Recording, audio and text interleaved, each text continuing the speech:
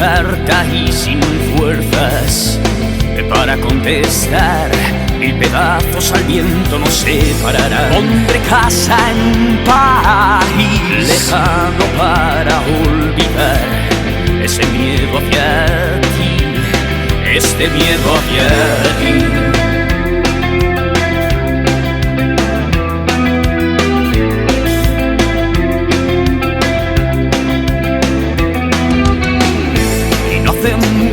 Que rompí.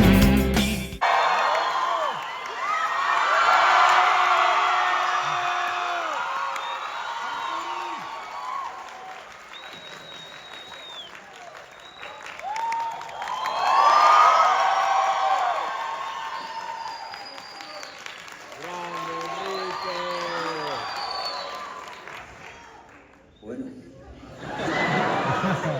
qué recibimiento, ¿no? Muchas gracias, muchas gracias.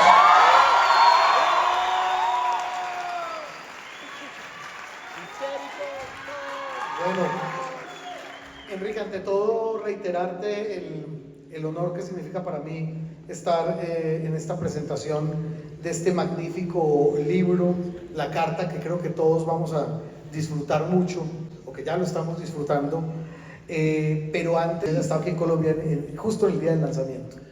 La verdad es que es una casualidad absoluta porque cuando se eligió el día del lanzamiento del disco, obviamente no teníamos, por de pronto no teníamos ni idea de que íbamos a venir aquí a la Feria del Libro, pero tampoco sabíamos que yo iba a tener la presencia aquí, ni había ningún plan de venir a presentar el libro. Entonces, bueno, ha sido una bonita coincidencia que podamos estar en Bogotá por dobles motivos y bueno, siempre es fantástico venir a Bogotá, pero en esta ocasión hemos tenido muchas más razones.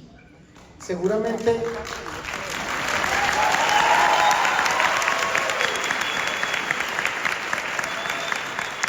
ya para ninguno de ustedes cuentas pendientes será una cuenta pendiente. Creo que todos vinimos con la tarea ya hecha y descubrimos un trabajo discográfico hermanado con esas otras tradiciones que han hecho parte también de otros trabajos donde Latinoamérica está muy presente y donde te dejas llevar nuevamente por todas estas influencias que el continente ha dado a tu música. ¿Qué decir sobre ese trabajo en particular, sobre su elaboración y sobre el regreso a la cumbia, a la ranchera y a las influencias latinoamericanas?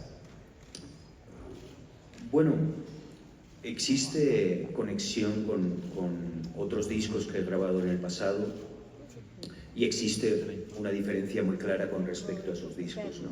Por un lado, la conexión que muchos me dicen que tiene con la etapa con el Huracán Ambulante, Pequeño Flamingos y el Viaje a Ninguna Parte,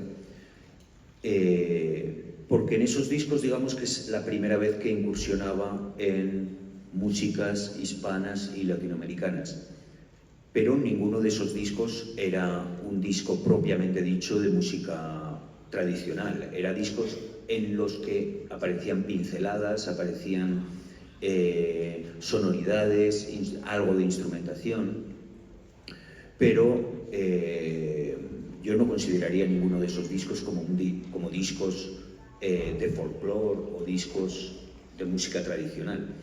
Y el otro disco con el que puede tener un poco más de conexión es Licenciado Cantinas, que es un disco en el que revisionaba el cancionero latinoamericano, pero que también para mí tiene una diferencia muy clara. En Licenciado Cantinas se incursionaba en todos estos sonidos y en estas canciones desde la perspectiva de una banda de rock, y en este disco no es así. Los músicos son músicos de sesión que vienen del folclore, del latin jazz, de otras disciplinas, y digamos que es un disco más ortodoxo y más centrado en la música tradicional y en la música de raíz desde las composiciones propias. Bueno, y además tenemos, ya para cerrar el tema de cuentas pendientes, el hecho de que lo has grabado con un cuarteto digamos, multinacional, ¿no? Y que seguramente la experiencia al vivo va a ser de alguna manera diferente en el sentido de que regresa también ya en vivo el Huracán Ambulante. Serán dos texturas muy diferentes, el vivo y el tema, el disco de estudio, quiero decir. Efectivamente. El disco, ahora estaba contando, y no es un cuarteto, es un quinteto, pero a veces te pones a contar y se te olvida alguien. Fueron guitarra española y eléctrica, contrabajo, percusión, teclados y batería. Y sí, la banda que me va a acompañar en vivo es el Huracán Ambulante, con lo que de alguna forma supone que vamos a revisionar este álbum dándole nuevos arreglos. O sea que el sonido en directo va a tener como otro carácter, cosa que me gusta especialmente porque nunca he considerado que se tenga que solucionar lo que has grabado de forma fidedigna en vivo. Creo que en vivo tiene que ser una experiencia totalmente distinta, y en esta ocasión, como los músicos son tan distintos y la formación misma es tan diferente con otra instrumentación, bueno, yo creo que va a ser sorprendente el escuchar estas canciones desde otra perspectiva. Bueno, ¿y qué te dice el hecho? Y en eso creo que cada uno de ustedes tiene aquí gran responsabilidad, que probablemente el primero o segundo concierto de la gira que cobró, que tuvo sold out, sea la fecha en Bogotá. Creo que fue el primero, si no me equivoco, ¿no? Bueno.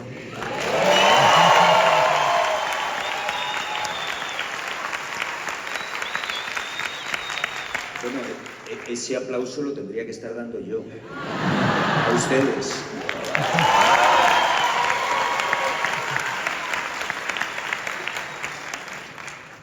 Bueno, entremos en materia, Enrique, en torno a la carta. Yo siento que en el cúmulo de bibliografía que existe alrededor tuyo, incluso algunos libros que tienen que ver con entrevistas particulares de algunos de estos grandes gurús del periodismo musical, en este caso nos encontramos con algo que podría llamar una entrevista coral, ¿no? En el sentido de que son muchas las voces de quienes te entrevistan y un solo entrevistado. Eso me parece que ya es muy elocuente a la hora de armar este libro, y no recuerdo otro que tenga ese tipo, digamos, de proceder. Una entrevista estilo coral. La verdad es que no lo conozco, pero puede ser que exista. Claro, yo al final, más que una entrevista, creo que lo que se consiguió es establecer una conversación, ¿no? con los que me siguen, los que estaban participando en esta correspondencia, porque obviamente yo iba respondiendo a algunas preguntas, pero esas mismas preguntas provocaban otras preguntas y fueron, bueno, estableciendo diferentes opiniones, se iban mostrando. Creo que eso también es una parte interesante del libro, que en ningún momento esquivé el que alguien hiciera una pregunta incómoda, o que hiciera alguna pregunta de alguien que no estuviera de acuerdo con lo que yo estaba diciendo, y es lo que me parecía especialmente interesante, que al establecer una comunicación con los seguidores, que de alguna forma dejarles abrir su espacio para que se pudieran expresar libremente, y al mostrar que también respondía a preguntas incómodas, creo que eso provocó que hubiera más gente diciendo, bueno, pues es que yo no coincido con esto que dices, o este disco no me parece que fuera tan así, o esto que piensas o que dijiste en una entrevista no me pareció tan adecuado, ¿no? O no estoy de acuerdo con ello. Claro, como una especie de gran rueda de prensa donde no son periodistas, sino fanáticos informados, además, quienes te hacen cada una de las preguntas. Claro, esa era la parte interesante, que desde el principio se planteó que muchas de mis opiniones se escuchan a través de entrevistas, y tengo por costumbre hacer entrevistas cuando estoy promocionando algo, ¿no? Cuando estoy haciendo, pues, sacando un disco o un libro, y si no, pues me mantengo callado hasta la próxima, ¿no? Entonces, esa es la fuente de información que se puede tener, y creo que dejar abierta esta vía para que pudieran preguntar, pues, todas esas cosas que quisieron saber pero que no han visto publicadas en ninguna entrevista, porque normalmente, pues, a lo mejor no cuadra en una entrevista promocional o por lo que fuera, ¿no? Bien, y hay que decir que la idea y el desarrollo de la idea se da en momentos donde hay crisis mundial, es decir, estamos saliendo de la pandemia con todo lo que se hizo en pandemia por parte de Enrique Bunbury, que conocemos, más el hallazgo de estas situaciones de crisis en la escena, crisis de salud, que te llevan a pensar en un momento que hasta ahí llegó tu posibilidad de estar sobre un escenario, ¿no? Bueno, ese es el principio y el motivo por el que se inicia esta correspondencia, es porque se cancela la gira. En principio parece imposible que pueda volver a subir a un escenario. Afortunadamente luego, bueno, pues llega una resolución y sabemos que sin el humo pues se pueden hacer los conciertos, y entonces ya posteriormente se hicieron los pasados 11 conciertos, que incluyeron el del Movistar de aquí de Bogotá. Y el periodo de conversación y de correspondencia que aparece en este libro es desde ese momento en el que me bajo de los escenarios hasta el momento en el que me vuelvo a subir, ¿no? Ese periodo es el periodo en el que mantenemos esta conversación más directa, y que surge por ese miedo o esa sensación de pérdida de conexión con el público. Ahí está entonces, digamos, un detalle muy importante, porque estás también en este momento, en el tiempo en que se escribieron las cartas, en un momento sumamente creativo, es decir, la otra parte de la ecuación está activa, estás en la creación y en la pre y postproducción de Greta Garbo, con lo cual sigues avanzando en los procesos creativos, pero la otra parte de la ecuación, que es el contacto con el público, tenía que mutar de alguna manera. Sí, bueno, venía de una etapa ya muy activa. Digamos que la pandemia me otorgó un tiempo del que carecía normalmente cuando bueno, presentaba un disco y entonces hacía una gira larga, pues 1 año, 2 años. La última gira, la de Expectativas, fue especialmente larga, y desde que comienza la pandemia, desde el 2020 hasta el día de hoy, en 5 años he sacado 4 discos, 3 libros. El hacer menos conciertos de alguna forma me ha facilitado, me ha dado tiempo para enfocarme en la parte creativa en vez de en la interpretativa. Bueno, decides entonces abrir esta newsletter, la carta EB, para que fanáticos de todo el mundo te den a conocer sus sensaciones respecto a lo que tu música ha hecho en ellos, ha obrado en ellos, y también a que te contesten aquellas preguntas que seguramente no se habían resuelto de otra manera, como tú mismo lo dices. El ejercicio empieza y tan pronto tú lo anuncias, recibes, tengo entendido, 2.500 mensajes de correo, inmediatamente. Bueno, creo recordar que el primer día fueron como 1.200 o algo así, ¿no?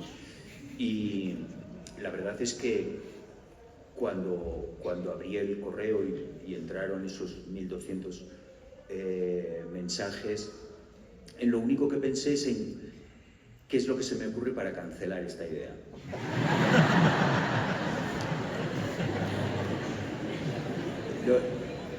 Claro, lo primero que pensaba era Bueno, el viernes tengo que, porque me tomaba como, creo que era el viernes el día que la enviaba a los correos, y pensar que de lunes a viernes tenía que leer 1200 correos, decía, no tengo tiempo material, porque claro, yo pensaba al principio que iban a ser preguntas, ¿no? Pues yo qué sé, una pregunta concreta, y con lo que me encontré es con algo mucho mejor, que eran cartas enteras, bueno, contando, bueno, pues primero su experiencia, la gente contaba pues de dónde venía, de cuál era su situación, cómo, a lo mejor cómo habían conocido por primera vez una canción mía, contaban, y luego, pasados 2 folios, había una pregunta, ¿no? Entonces, claro, la cosa fue un poco abrumadora al principio, y como en todo, creo que lo que más me costó, que me costó 2 o 3 días, fue dar con una metodología, con cómo me enfrento a todo esto y cómo respondo. De hecho, empecé de una manera y luego la fui transformando, pero fui uniendo cartas de diferentes personas que tenían temáticas parecidas, y eso me ayudó. Me monté una serie de carpetas con temáticas. Bueno, me organicé de una manera en la que de repente vi luz al final del túnel. Está claro que el correo electrónico se convirtió en determinado momento de nuestra historia no en el reemplazo, sino más bien como en el trasunto del género epistolar, ¿no? ¿Te interesaron alguna vez las cartas antes de la existencia de Internet? ¿Te carteabas con alguien, tal vez? Bueno, a mí me pasó como nos pasó a todos, ¿no? Que antes escribías cartas y luego pasaste al correo electrónico. Pero me gustó que, aunque utilizábamos el formato del correo electrónico, había algo sustancial en la manera de comunicarnos que tenía mucho más que ver con la carta, que era básicamente la extensión y el propósito, que muchas veces había algunas cartas que no tenían un propósito,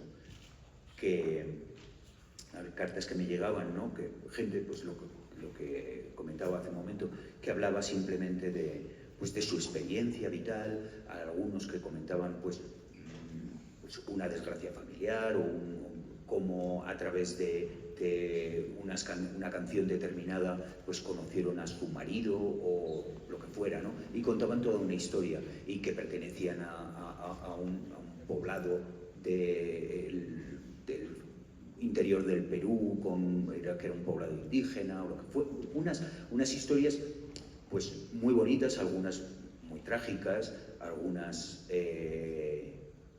con sentido del humor. Bueno, había una literatura interior dentro de estos mails que tenía más que ver con la correspondencia que con lo que hacemos en los mails, que normalmente lo que hacemos es ir al grano, ¿no? Que además es lo que le pedimos al que nos está escribiendo un mail, que por favor que no se enrolle mucho. Correcto. Y de hecho me pone a pensar un poco también, reflexiono en torno a cómo el artista puede tener con su público este contacto directo, que incluso se afianzó más a través de las redes sociales, y eso hizo que se desmontara, a mi modo de ver, en algún momento histórico, una barrera entre el público y ese rockstar que estaba por allá en un pedestal que era imposible de asir, digámoslo de esa manera. ¿Qué sientes tú al respecto, digamos, de esa figura que alguna vez seguramente vimos en un Mick Jagger, en un Paul McCartney, de artistas un poco inexpugnables en el sentido que no había cómo llegar hasta ellos? Lo que pasa es que yo no creo que las redes sociales nos acerquen más a los artistas. Yo creo que nos acercan de otra manera, pero yo creo que de una manera muy superficial, y que al final, cuando en una red social tú puedes comentar debajo de un post, bueno, los seguidores y los haters pueden comentar libremente, no se establece una comunicación con el artista, sino es una comunicación entre ellos. Creo que al final el artista no tiene por qué estar especialmente leyendo todos esos comentarios. Creo que además la mayoría tendemos a ser un poco cautos con respecto a leer determinados comentarios de haters que aparecen ahí, que te hacen, que te duelen y que te pueden coartar un poco, tu libertad de tu expresión, ¿no? En general. Entonces, yo claro, en esta carta, una de las formas que yo me planteé es, a lo mejor lo podemos hacer a través de redes sociales, pero me pareció que era una equivocación total el que yo publicara una carta y que debajo se pudiera comentar libremente. Me parecía que lo que tenía importancia es que, primero, que el que escribía de verdad pudiera comunicarse conmigo en toda su extensión, que tuviera espacio para hablar, que no fuera simplemente, porque cuando intentamos reducir nuestro pensamiento a una frase, hay veces que dices, bueno, pues saca Enrique Bunbury saca un disco y entonces, pues, comentario, pues menuda mierda.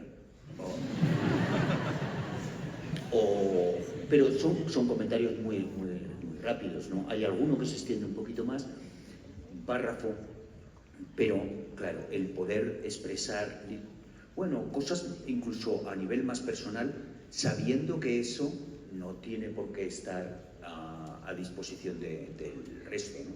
Creo que les daba y me daban una libertad que las redes sociales no nos otorgan. Pero sí que es cierto que antes había, digamos, una distancia mayor con el público, que nuestra forma de comunicarnos con el público era cuando nos hacían una entrevista con un medio de comunicación y entonces hablábamos de lo que queríamos transmitir con un disco, tal, no sé qué, sabiendo que eso es lo que iba a recibir el público. Y ese era el contacto, a no ser que luego te lo encontraras pues por casualidad en un restaurante o te lo encontraras a alguien y alguien te pudiera hablar, pero de forma personal. Yo, que soy un poco crítico y cauto con las tecnologías, hay cosas que me gustan del siglo XX y cosas que me gustan del siglo XXI, ¿no? A todos nos gusta yo qué sé, decir quiero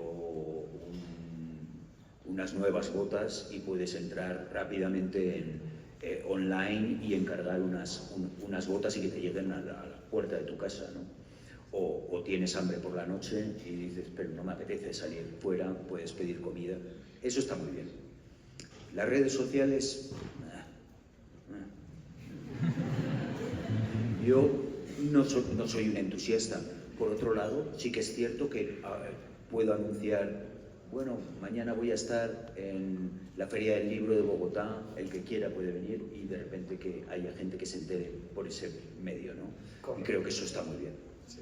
O sea, ¿y preferiste entonces el correo electrónico, donde sí de alguna manera al decidir contestar las preguntas de la gente decidiste despojarte de muchas, digamos, barreras que seguramente había en otros niveles? Decidiste ser muy sincero con muchas cosas. Hay unas cartas que son muy elocuentes, hay un par que dicen por ahí, yo no creo que esto lo estés contestando tú, que lo esté contestando el propio Enrique. Claro, Habrá alguna otra que dice, yo aunque sé que esta no la van a publicar, quiero preguntarte algo, y resulta que ahí salieron finalmente. Sí. Bueno, hombres y mujeres de poca fe. Totalmente, hay que decirlo.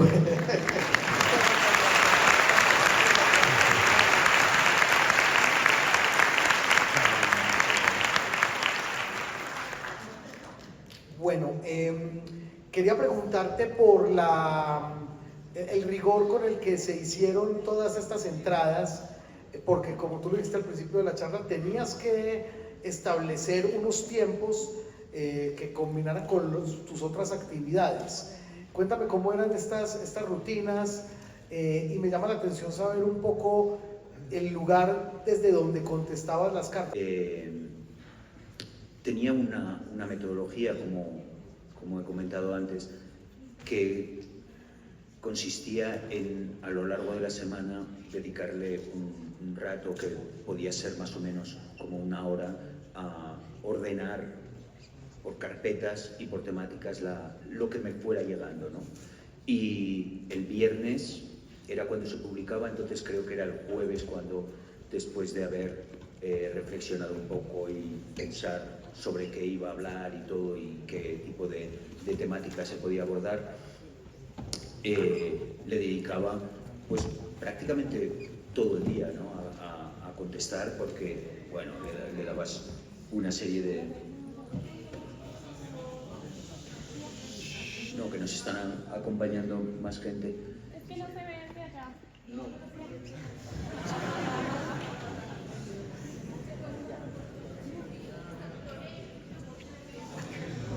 Bueno, creo que era el jueves. Entonces, claro, yo no estoy siempre en el mismo lugar, me tocó en algún momento estar de viaje y contesté desde donde estuviera, pero esa carta, por el dato que me estás dando, del ukelele, que me regaló Pau por mi cumpleaños, una fiesta que hicimos y que vino, lo tengo en el estudio, que tengo un estudio al lado de mi casa.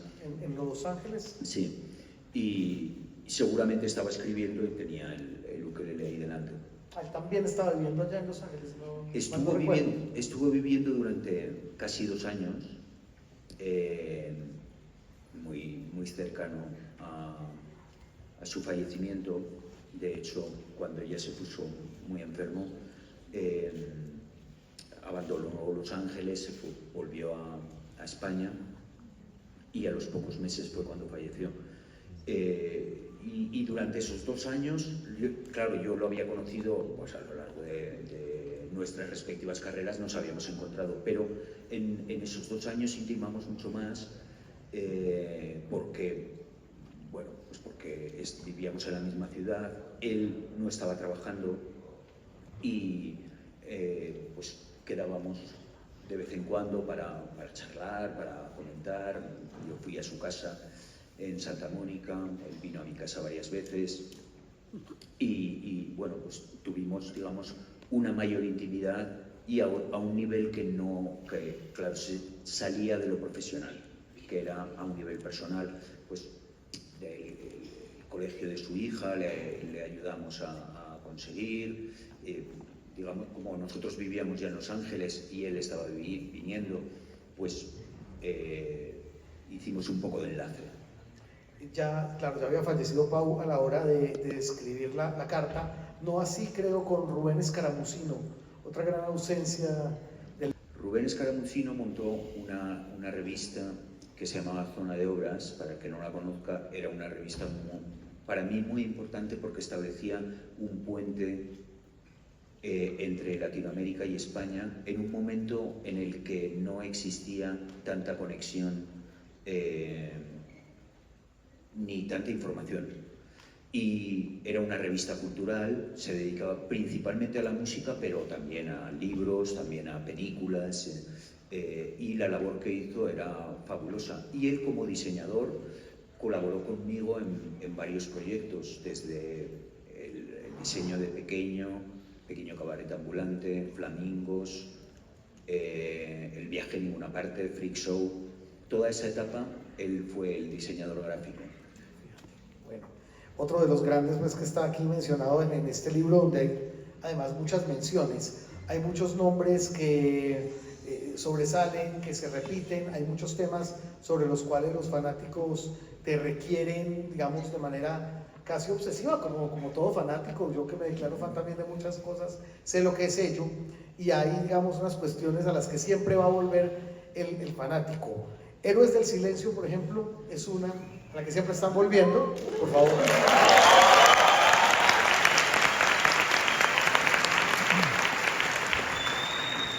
Y entre todas las respuestas que tú das, entre lo cierto y lo que no puedes saber porque pueden ser cosas hacia el futuro que no está en ti establecer, ni en ninguno de ellos, tus excompañeros de Héroes del Silencio, hubo una frase que a mí me impactó y me parece que resume muy bien todas las respuestas que das alrededor de la banda. Y es que Héroes del Silencio, según cuentas en una de las respuestas, es un campo de minas por el que lo mejor es pasar de puntillas. Bueno, yo creo que la frase es bastante acertada porque, claro, la relación con los miembros del grupo, entre cada uno de nosotros con el resto, fue variando con el tiempo, ¿no? No es lo mismo cuando empezábamos que cuando terminamos, ni siquiera cuando hicimos la reunión, ni cuando pasó el tiempo después de la reunión. Ha habido distintas etapas y cada uno de nosotros te podría contar, bueno, cómo ha sido su evolución con el otro, con el de más allá, ¿no?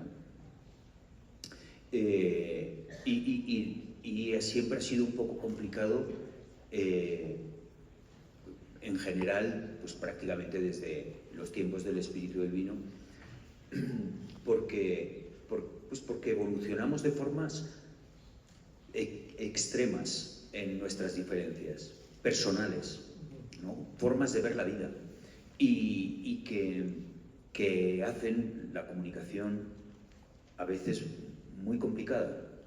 Digamos que, bueno, no sé muy bien cómo comentar esto, pero bueno, todos tenemos amigos con los que de repente es extremadamente fácil, por lo que sea, por nuestra relación anterior, que casi cualquier palabra que soltemos sabemos que va a causar un conflicto, ¿no? Y que ni siquiera es el contenido de la palabra, sino es el hecho quizás de que lo digas tú o por una serie de conflictos interiores de cada uno. Entonces, bueno, pues es complicada la relación, bueno, tan complicada que llevamos 30 años separados. Sí, eso dice bastante de lo complejo que puede llegar a ser el tema. De hecho, tú lo has dicho, hay un tema de evolución en el cual estamos envueltos todos como seres humanos, y hay una de las escritoras de preguntas de Tenerife, Adara Toledo. Ella tiene un par de entradas en el libro y en ambas versa un poco sobre lo mismo. Te decía en algún fragmento ella, parece que tus últimos años como artista, tanto en lo musical como en la literatura, sean un manifiesto inequívoco de agradecimiento a la vida, al proceso de envejecer y a nuestra aceptación como meros mortales en este universo terrenal. Es decir, si se habla, y esa pregunta también te la reiteran mucho, y tú en las respuestas también, sobre lo diferente que pudo haber sido ese pasado a la manera en que estás pensando actualmente tus proyectos creativos, ¿no? Claro, bueno, yo doy por hecho que todos evolucionamos como personas, ¿no? Entiendo que cuando eres, bueno, que muestras tu obra artística, cada uno puede sentir afinidad, mayor afinidad por una etapa o por otra, pero me resulta más difícil entender a AC/DC que a David Bowie.